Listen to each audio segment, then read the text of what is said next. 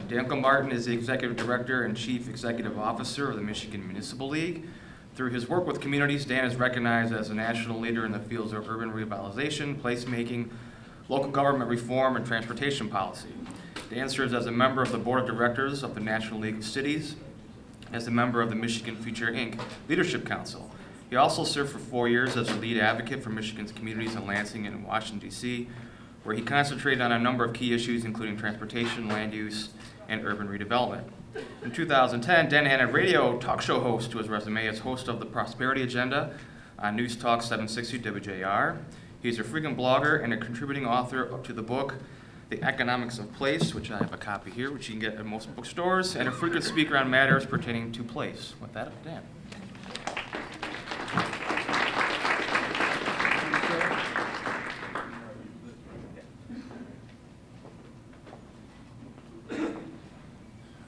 Good afternoon, everybody. I'm going to talk a little bit here about the significance of what you're all doing here in the state of Michigan. And first, let me congratulate everybody that came out today, because these types of events, and we've worked with Joe and Harry and the team at LEA for a number of years, and they've done a great job working in similar type of a fashion in communities throughout the state. But these types of events are important and jump-starting conversations about how we move forward. And that's a little bit about what I want to talk today from an economic standpoint.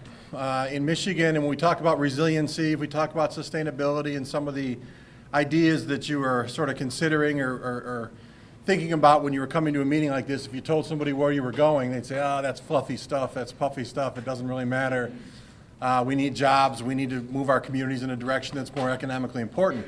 What I hope to do today is convince you that what you're doing is economic, because there's some extraordinarily important things about having resilient communities, but quite frankly, we've got to be moving forward and trying to figure out what's happening in 5 years and 10 years, rather than trying to rebuild our communities the way that they were. I heard a speaker earlier talk about how difficult change is and how people don't want to change. The one thing I learned early in my role with the league, and I'm reminded of all the time, and those of you in local government know this a lot, when you do something wrong, you get blamed by the people. But when you do something right, you get blamed by the people. And I think that's something that surprised me at first, but people aren't necessarily looking for change. And in issues like this and ideas like this in terms of how we're going to turn around an economy and how we're going to make our city, our region, our state a much more viable place in the future, we've got to think differently.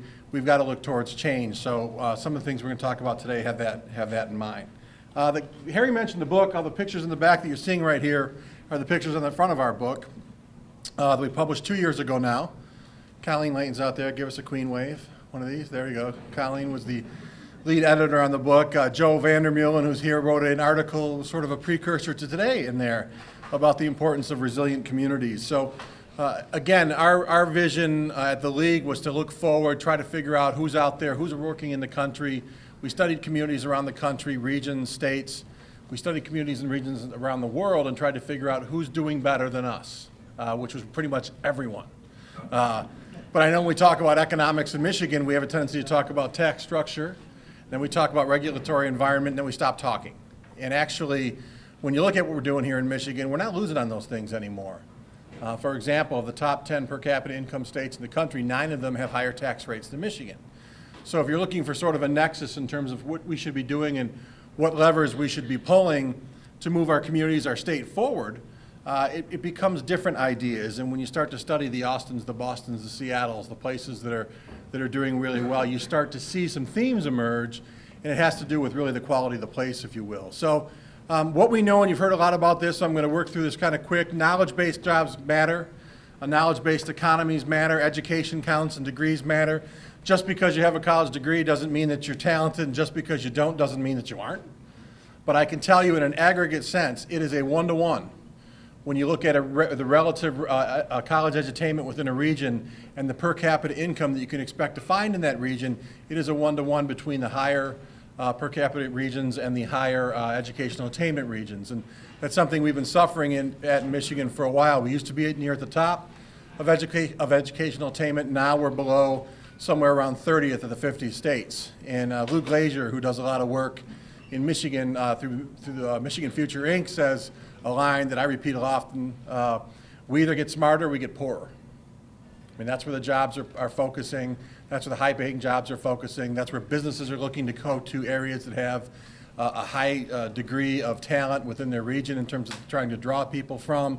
It all revolves around that, and we've got to really reverse some of those ways in which we look at things. Technology allows people to work anywhere, yet they're choosing cities. I think this is something that the futurists got wrong.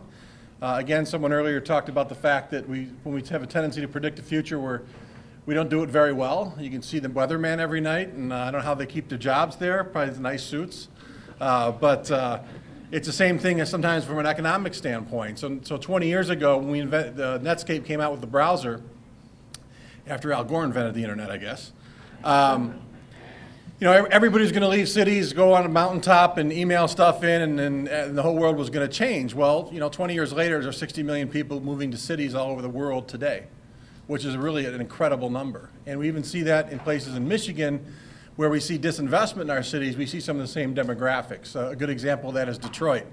If you all know, in the 2010 census, Detroit dropped to, I think, 714 or 716,000 people, and it shocked everybody. It was front page news. We all thought it would be 850, something like that. And it was shocking, and there are issues there. But I can tell you that at the same time, the number of college-educated 20-somethings living in the downtown area increased by 56%. So some of these demographic changes we see, and some of the decisions being made in the altering marketplace we see in terms of how people want to live and work, are happening even here in Michigan. Population's more mobile than we've ever been. We have a tendency to talk about millennials. I haven't heard the phrase yet, I don't think, but we all know what a millennial is. 20-something, maybe early 30s, depending upon who's doing the talking or who's doing the counting. Think young, think mobile, think educated, and think that there's a lot of them. There are 84 million baby boomers moving towards retirement. They're being replaced in the marketplace by 76 million millennials. Much different wants, much different needs in terms of what they're looking for out of work, out of places to live, out of homes, styles, you name it, renting rather than buying, all kinds of different stuff. So I think it's important as community leaders, when we look to build in the future, we understand the demographics of where everything's going. So we're not building something for yesterday. Place attracts people. Write that down, that's it. You pass the test. If you get that, go use the restroom, do what you need to do. But that's really the focus of this speech. Place attracts people. It's a much different, again than a generation ago. Young people, an example here again, choose where they want to live first, then they look for work. 2/3 of them, according to a survey we were involved with the CEOs for Cities out of Chicago. Completely different than a generation ago. How many of you have sons, daughters, nieces, nephews, friends, neighbors, whoever that have graduated from college recently and moved to Chicago? Okay, how many moved without a job? How many moved with friends? Okay, it's interesting. I mean, it's interesting in terms of how people are looking at things.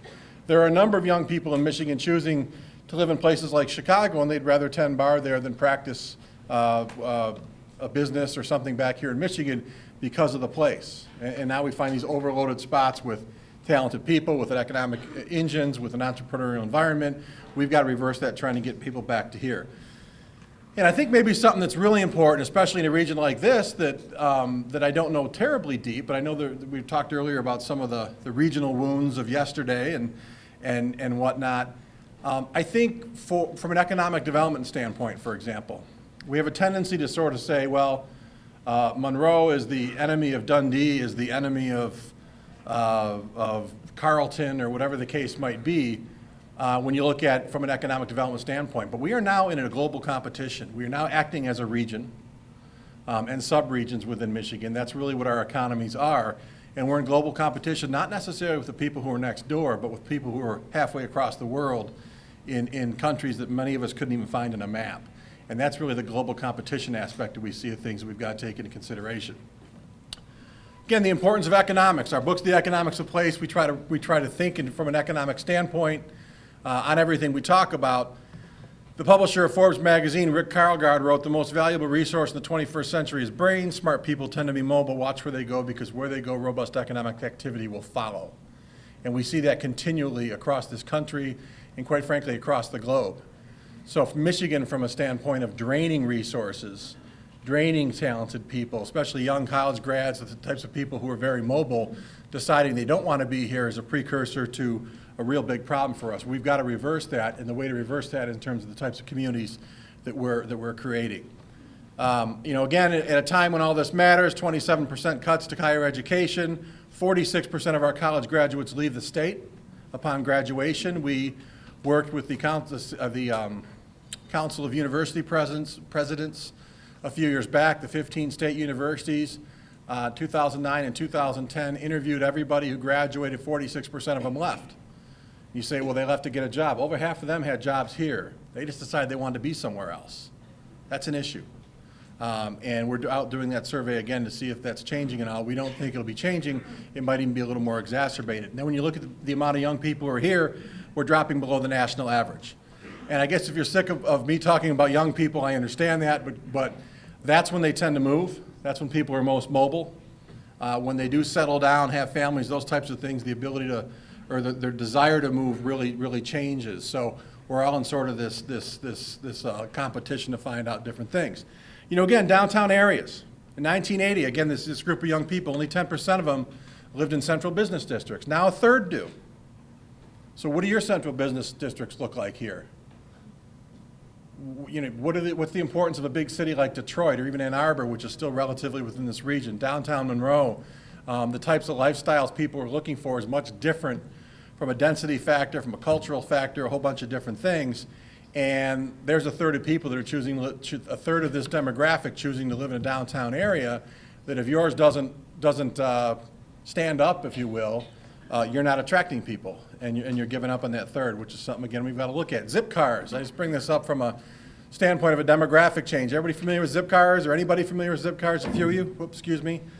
Talk to a young person about owning a car, $500 a month for a payment and insurance and gas and parking and whatever. It's a waste of money to them. It's money they could spend on technology or booze or both. So Zipcar is car sharing at a college campus like this. There'll be 10 cars lined up in the back. You go online, you sign up, you give them your credit card. It's a Friday night, you've got a date, you go get a two-seater, and you sign it out. So they give you the code, you punch in the code, you got the car all night, you come back, you put it down, somebody else takes it the next day. If you have the pleasure of moving your 40-something brother-in-law to your mother-in-law's basement, like I had the pleasure of doing recently, you may get a van, you may get a pickup truck, and we can talk about that one later too, but that's for private time. So you've got the ability to do those types of things. These are popping up all over the place because young people especially are choosing to look at transportation differently. That now gets into how do we move people around, certainly public transportation systems in large metropolitan areas, but then also just trying to get people in and around the state of Michigan. We do everything here by individual car. It's something, again, we don't look at. It was mentioned earlier, I think John talked about it, the number of households with kids in them. It's now down below 25%. So I have two children, two young boys, and 2.5 years ago my wife and I moved, we did the kid house thing. We shopped school districts, we got a family room, we got a bigger backyard. I figured out that was my 7th choice on housing I've made as an adult.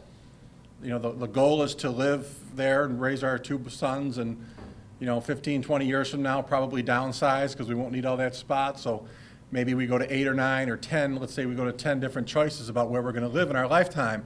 One of those choices will have been made with children in mind. The other 9 aren't. Think about that, because the easy sort of default is to say we want to be a great family for kids. Drive around the state. I'm all over the state. I was up in the Keweenaw 4 days ago, and now I'm down in Monroe, so I've sort of covered it all. And everywhere you go into, welcome to wherever, home of the 1974 girls runner-up volleyball Class B champion. And then underneath it says something like a great place to raise a family or a great place for kids. And again, hey, I'm there. But 75% of your potential people coming to your community aren't. Run government like a business. We hear that all the time. That's a lousy metaphor, but whatever. 75% of your potential clients aren't looking for that. So we've got to figure that out. We've got to figure out different ways to deal with some of these people. Automotive miles again. How do you get around here if you don't have a car? mass transit? Yeah. And how good is that in our state? I mean, we just, so here's some numbers up here. Less than 14% of automobile miles are driven in this country are driven by young people. That's down almost 7 percentage points, or over 7 percentage points, excuse me, in, a decade and a half or so. Again, people wanting to live completely differently and choosing to live differently. We talk about sustainability and resiliency. We talk about how we're going to move people around. It's a very, very important thing.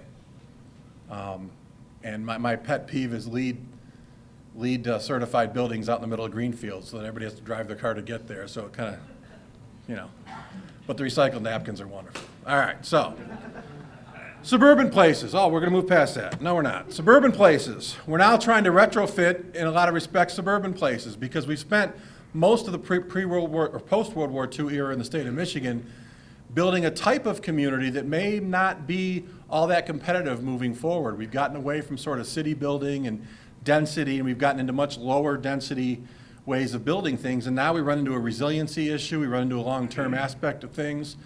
We find young people want to rent. The American dream is, buy a house. Mom and Dad said, buy a house is the greatest thing you can ever do. If you're under 30, that doesn't seem to be the case. You've watched your parents, their nest egg go away, basically, with housing prices falling 20, 30, 40%, and foreclosures, and all kinds of other issues. Plus, when you're mobile and you expect to be working a whole bunch of different jobs during your lifetime and moving with your friends to different areas and everything else, you don't want to own a place. So we've got huge home ownership issues versus rental issues we got to figure out. Our suburban areas tend to be much less walkable, much less bikeable. We find people are less fit, places that are not connected, which are really big issues. And now we've got these goals to re-engineer a lot of our suburban places to make them more physically active. Truly, in the National Association of Realtors, I think it's something, again, looking at demographics in terms of what we're trying to build. In a survey they've got, only 9% of Americans right now say that their dream home is above 3,200 feet, and a third of them want it to be less than 2,000 feet. Yet in Michigan, we've sort of been going the other way. We've been building a lot of larger scale homes on sort of rural type lots, larger lots, and we're running into issues in terms of maybe that's not going to be the way that we're going to be competitive moving forward. And it's certainly not in line with some of the things we're looking at. So things to think about. Fast Company magazine, who reads it? Okay, 1, 2. Okay, there's cookies for you over there on the table. 3, all right, I think there's 3 left. Fast Company tries to find the fast companies, the next Google, the next Microsoft. They're out there, it's sort of half lifestyle and half business, because that's sort of how people work nowadays. In addition to finding the fast companies, they look for the fast cities, the best places in the entire world to do business. So last year they chose 9 small towns. I think the smallest town was 3,500 people, all the way up to, I think, Chicago and San Francisco also won awards too. These are the reasons on the screen behind me, the 9 reasons why they chose the 9 cities that they did. So something like culture front and center, zero emission public transit, an open sourced government, a farm fresh food markets, a renaissance neighborhoods, car sharing, smart energy. Where are taxes up here? Where's regulations? Where's some of the things we think about when we think about trying to attract jobs? Certainly a lot of things we talk about at election time and the things we write about in the newspapers and watch on TV. This stuff doesn't get talked about. You're talking about it here today, and I applaud you for that. Because this is a business magazine saying these are the best places to go.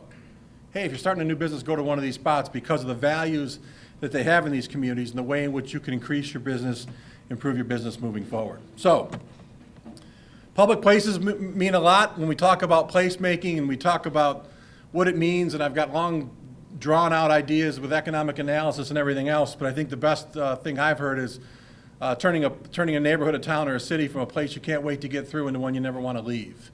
And we all know what that means. We've all seen that. We all know about places we talk about as kids. Chances are it's not, the width of the road and the curb cut in front of the Walmart that you get teary-eyed about when you talk about your hometown. It's a downtown area, it's a neighborhood, it's a park. It's a school that you could walk to and lead a particular kind of life. It's somewhere you share with your family. And we're not engineering those types of homes anymore and those types of neighborhoods and those types of places in Michigan. We've sort of thrown that in the gutter and created this sort of car-centric atmosphere that isn't necessary. It's not much different than anywhere else that we're at. So one of the things I would say to you today is to take your own resources, not somebody else's resources or somebody else's ideas of what's great, but take what you've got here. You've got some really cool things here that are authentic to the greater Monroe area, and learn how to leverage urban and rural, and leverage waterfront, and leverage downtowns, and leverage business districts and colleges and everything else that we've got out there. I think that's very important. Who knows where this is? Zingermans, thank you. The home of the $25 corned beef sandwich. Zingermans in Ann Arbor. So this is in Carytown area. So, and I always bring this up because I like to pick on planners. Andrea, do this for a minute, okay? But we've all been to places that are kind of over-planned. And the instance, and I pick on, are there any traffic engineers here? Good, we can pick on them. Oh, you are? That's all right.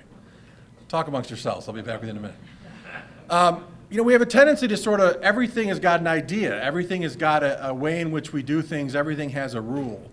And when we build communities around happiness and well-being and build communities around people, everything else changes. So here we are at Zingermans.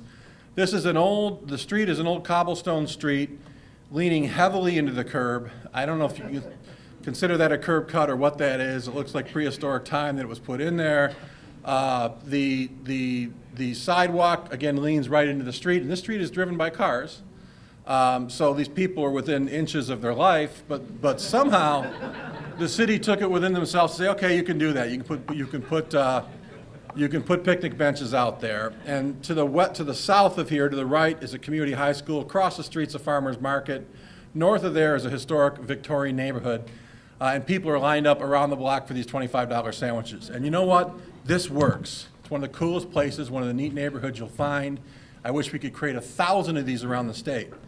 Not great principles from all kinds of different angles and everything else, but it works because we created the place around people. And we allowed this kind of stuff to happen. And there's great economic atmosphere going around there, new businesses all the time. It's one of the coolest spots out there. So again, when we plan around people, and as you all think and work with Joe and his team and everybody else here over the next couple of months, plan around people. Make the experience unique, make the experience worth being here, and everything else sort of changes on that. Our Center for 21st Century Communities is something, again, I talked about earlier, where we studied all these places around the country, tried to figure out what worked even around the world. We came up with 8 assets, 8 things that we saw as real obvious ideas that align themselves with communities that are doing really well. Again, we didn't find taxes, we didn't find regulations, we did find physical design and walkability. People want to walk, they want to bike, they want to live that kind of a lifestyle. We did find green initiatives, was talked about earlier. Again, ask a 25-year-old entrepreneur if she'd rather be in a community that has a relaxed environmental policy or a long-term commitment to sustainability. It'll be the latter, 99 times out of 100. Cultural, economic, figuring out what you've got. We gave the city and the region here a big award a few years ago about the battlefield and the work that you guys have been doing to restore and take advantage of that. More of that, more of sort of who you are is very important. Entrepreneurship's very important. You know, Michigan's a big city, or a big place. It's, you know, big companies, big universities. We grew up with sort of that as part of who we were. And we find ourselves now in sort of the wild, wild west atmosphere of economic development. It's entrepreneurs, it's counting jobs 1 by 1 and 2 by 2 and 3 by 3, and we still have all these incentives that we would deal with cities and villages and townships in the state to try to, economically hunt companies, as we call it. You know, grab a tax abatement and a job training grant and a cheap building and go down to Indiana and, you know, slay a Toyota plant and bring it back and plop it in a green field and declare victory. That's not how all these places are doing well or building. They're gardening, economic gardening. They're creating atmospheres like the ones that I'm describing up here, of which people want to be at, businesses want to go to, smart people, entrepreneurs tend to flock to, and great stuff is happening. I think from a governmental standpoint, what we talk about all the time is becoming the host of the party, not the life of the party. You know, if we can collectively create a platform for these really cool things to happen, that's really the new role of government, as opposed to sort of going all out on things, both from a resource standpoint, because the resources aren't there, but also in a way of making things better. Certainly messaging and technology is extraordinarily important. Being welcoming to everybody, being an inviting place is important, especially when you talk about international businesses and bringing people here from around the world. Transit's vitally important, and then education obviously as well. And it's not just K-12. I heard it talk about earlier, it's not just higher ed, it's really a commitment to education and a commitment that the communities can show as a value. And one of the things I point out all the time is that I believe all the Ivy League universities now, and we're not all lucky enough to have an Ivy League university in our backyard, but all of those universities now have programs where if you're above 55 years or older, you can audit classes for free. So what does that tell people who live in that area about the value of education? And all these empty nesters now that are getting out of one career, maybe starting a second, they can go in, they can learn at some of the best colleges in the world, they can learn a new craft, whatever the case might be. You got a lot of trailing spouses, you got a lot of people that really want to learn more and be more productive, and they're now saying that's something we're just going to do for the community. And how important is that? So I don't know what the reverse of that might be in a smaller area like Greater Monroe, but again, it's something to think about. It's not all just sort of what is the school budget or approving a millage for a new park or something like that. It's about how we value education in our area. So resilient communities. We got a quote from Joe Vandermeulen here from our book. I said Joe wrote a very wonderful paragraph or wonderful chapter in our book. Here it is. Harry's got it again, right? So I can do this. See? Amazon.com. They make wonderful stocking stuffers, even in April. But given the changes and challenges that lie ahead, sustainable and resilient communities are certain to become increasingly attractive places for people and for economic development. And we see that. And you see these trends happening. You know, and every once in a while you get reminded of these things. I just read the other day where Walmart is now looking to take $50 billion worth of manufacturing out of China and bring it back to the country over the next decade. Bring it back to the U.S. And the reason they're doing that has to do with everything from transportation costs to quality products to political ideologies that start getting in the way of things. They've got to figure out a way to make the cheapest products and everything else. That's their business model. We may like it, we may not. But there's a company right now just proactively saying, okay, we got to get out and do something like that. It's sort of proving our point in so many of these areas as we look through on things. Resiliency really matters. The challenges obviously we're going through, you've talked about a lot of them here today. There are some obvious ones, but then there are some less obvious ones. And certainly from a municipal standpoint, we talk about drainage systems and air pollutions and water quality and all the things that no one really thinks about when they flush their toilet or when they drink water, preferably not at the same time. And all those things that happen, and we've got in Michigan, we've got a lot of outdated systems in terms of how we do these things, and we haven't been keeping up from an infrastructure standpoint in a way in which we can be competitive moving forward. The obvious one is roads and transit and those other things as well.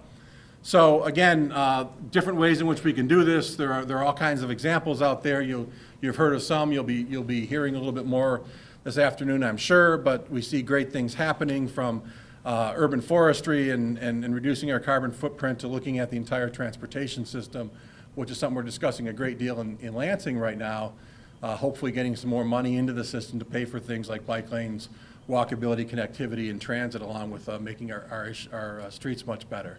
Lots of examples up here, and they're available on our website as well.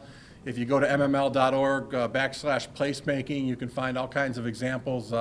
We were fortunate enough to get a grant about a year ago to go out there and look at a number of different test cases and communities where we think are really not just great things that happen in a particular area, but something that can teach others to do something similar. I think we're up at 25 right now. We're probably going to be at 50 or 75 of those in the future, where you can look at the idea of what food carts have meant in Ann Arbor, the job creation that food carts have meant, and what's happened in that particular neighborhood, and the fact that 7 or 8 of the food carts have now turned into 2 brick and mortar restaurants and a couple of catering businesses, and have added a whole bunch of life to a particular area. And now the food cart by day is now a brew pub by night, outdoor. And you can also still buy hardware there because it was originally a hardware store. So go think on that one. There's your teaser to go to the website and check those things out. But there are great examples of what people are doing here all over the state, and they're doing it in a lot of different ways. Metro regions matter. Don't think of yourself as not being part of the larger metro region. You may be a subset of it, but I can tell you the wealth in this country is predominantly in the metropolitan regions, and it's getting more pronounced so. So I think sometimes that doesn't fit with sort of the national dialogue about where wealth is, but it's predominantly in metropolitan regions, and we've got to figure that out. So issues like transit, And some of the bigger infrastructure stuff I just talked about can only really be solved at that level. And then lastly, I want to talk about the idea of governance, because I think this is important, and Joe's going to, I think, speak a little bit more about this afternoon, is the concept of how we govern things. And really, an organization like this, and having a whole bunch of people together to talk about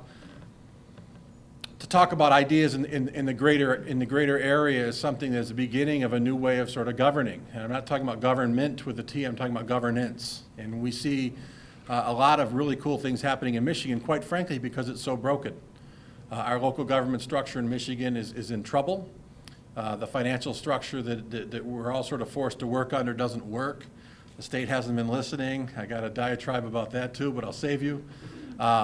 So the only sort of positive aspect of that is that that's when you innovate, right? Innovation's hard, and you have a tendency to innovate in crisis. And I think those working in local government have been in crisis for a while. So we're finding out new things about what's important and what types of services should we be offering, and how can we be presenting these services a lot differently. A good example that we've worked on is in the city of Detroit. The city used to have over 300 inspectors for 159 square miles, I believe the city of Detroit is.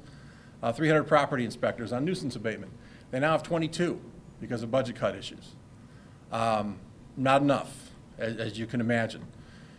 Our idea is, what if they had 5, or what if they had 7, and those 5 or 7 were out there and their job was to deputize and educate local groups out there to go out and work in these particular areas and deal with their own nuisance abatement issues on their own blocks. Who cares more about broken windows on a block or a vacant house or somebody not cutting the grass than the people who live there? So we've been working for over a year now trying to work through the legal system and the governance system and everything else to try to figure out a way for the city to sort of, again, become the host of that particular party, not the life of it, and sort of get out of the way and deputize all these different groups in terms of what they're doing. Not those kinds of incredibly serious financial problems in communities out here, but they're still there. I can tell you those problems are still there. And I think if we learn ideas and learn some things in Detroit that we can spread to other folks in terms of how do you do this, whether it's nuisance abatement or anything else, we can begin to sort of change some of that conversation and look at different ways in terms of how we can govern things. You see neighborhoods taking over parks. You see people getting involved at a whole bunch of different levels. So to put placemaking at the center of why we're doing these types of things, engage the community in a much more important way, an effective way than we have done in a number of years, and then look at sort of these micro-governing ways or micro-governance formulas that we can push together is something that's so important for us. So with that, I will say thank you very much for the time. I'll leave you with one last thing, the concept of getting young people to your community. Think about this for a second. We call it the concept of 1,000 nights. So if you're a young person, you graduate college at 22, you don't get married and have kids till 32 because they wait much longer now than their parents did. That's 10 years. You go out twice a week, which sometimes it's higher, so we'll see, but you go out twice a week, 50 weeks a year. That's 100 days a year, and over 10 years, it's 1,000 nights. Is there 1,000 nights of fun in Monroe? It's not the same night 1,000 times either. That's cheating. Because if there's not, they're not coming. And if they get to 100 or 200 and there's nothing left, they'll leave. And that's not a fun argument about trying to have a nice, carefree 20-something year. That's an economic one. Because these people are going to be moving throughout everywhere. It's no longer a corporate ladder climb, it's a corporate rock climb. They want to do different things. They want to go straight up. And we see this happening all the time, everywhere. That's not the city's issue or the township's issue, it's the region's issue. It's cultural ideas, it's recreational opportunities, it's, you name it, all kinds of different things. But do your coffee shops close down at 5 o'clock, like the woman was talking about? Do you roll up the sidewalks and chase everybody home? Do you let people live in lofts upstairs, or is it still illegal? All those types of things need to be taken into consideration, because that's the type of lifestyle that is so important to the group of people that we are in competition with everybody around the world to bring to our communities for economic reasons and for the vitality of our communities. So think about 1,000 nights as you move forward. Thanks. I'll get up. Thanks.